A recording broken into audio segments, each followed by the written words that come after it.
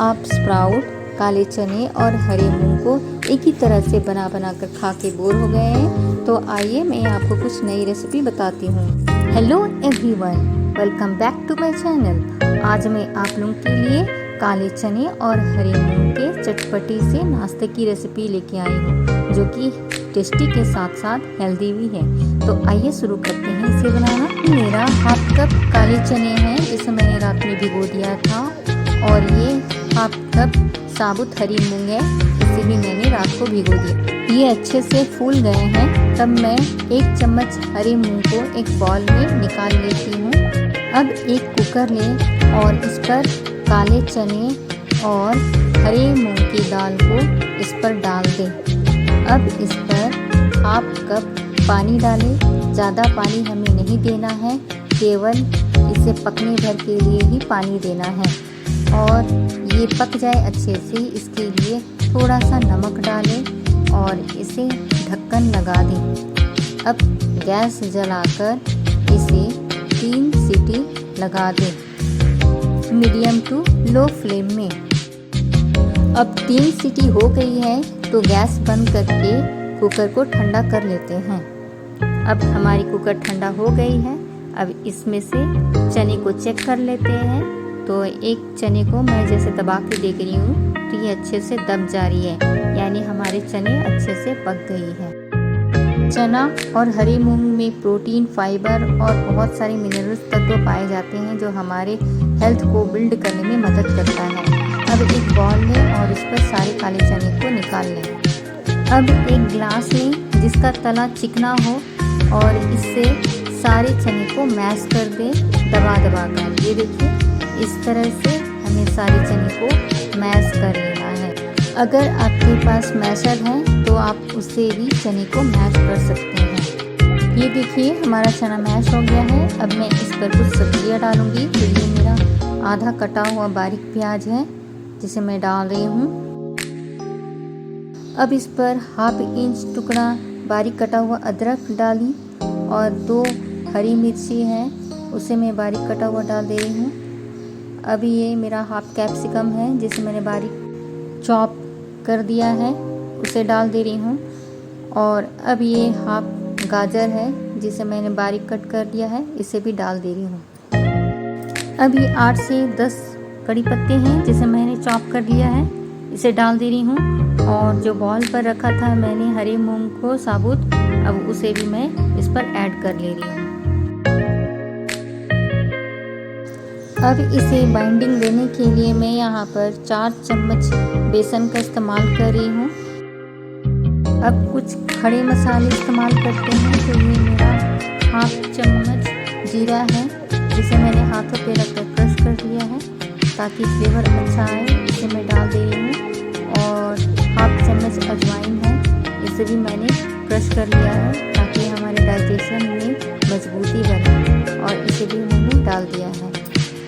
बारी में कुछ मसाले की, तो मैं यहाँ हाफ टी स्पून हल्दी पाउडर और स्वाद के अकॉर्डिंग नमक डाल रही हूँ। अब इस पर 1/4 चम्मच लाल मिर्च का पाउडर, 1/4 चम्मच धनिया पाउडर डाली हूँ। और ये जो मसाला आप देख रहे हैं बॉल पर डली हुई, ये स्टिक हो गई है। ये रोस्टेड धनिया जीरा मिर्ची पाउडर का मसाला है। अब इस पर मैं काला नमक और चाट मसाला पाउडर हाफ चम्मच, 1 चम्मच विनेगर और 1 चम्मच सरसों का तेल डाल रही हूँ। और अब मैं इसे अच्छी तरह से मिलाऊंगी। चम्मच से रफली मिक्स हो जाने पर हाथ लगा करके इसे डो के फॉर्म में ले आए, इस तरह से। इसे बिना पानी से ही डो के फॉर्म में लाना है। ये देखिए, इस तरह से।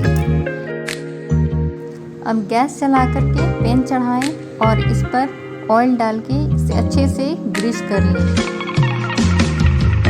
अब हाथों में ऑयल लगा लें और मल लें। अब डो को नींबू से थोड़ी सी बड़े साइज का बॉल बना लें और इसे हथेली पर रख करके इसे फ्लैट कर लें, टिक्की का शेप दें।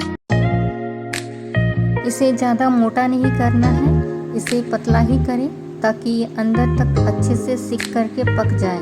इसीलिए इसे थोड़ा पतला कर दें उंगली की मदद से। अब ये तैयार है। अब एक चाकू लें और इसे फ्लिप करके इसे निकाल लें। जब पैन हमारी गर्म हो गई है तो इस पर हम इसे डाल देते हैं और इसी तरह से 4 टिक्की को बना करके पैन में डाल देते हैं सेकने के लिए। इसे ढक करके 1 मिनट के लिए पकने दें ताकि अंदर से ये अच्छे से सिक जाए। उसके बाद ढक्कन को हटा लें और इसे पलटकर सेक लें। देखिए हमारी टिक्की बहुत ही सुंदर गोल्डन कलर में सिक गई है, क्रिस्पी हो गई है और जो हमने इस पर चटपटे चाट मसाले डाले हुए हैं तो इससे इसका स्वाद और भी बढ़ जाता है।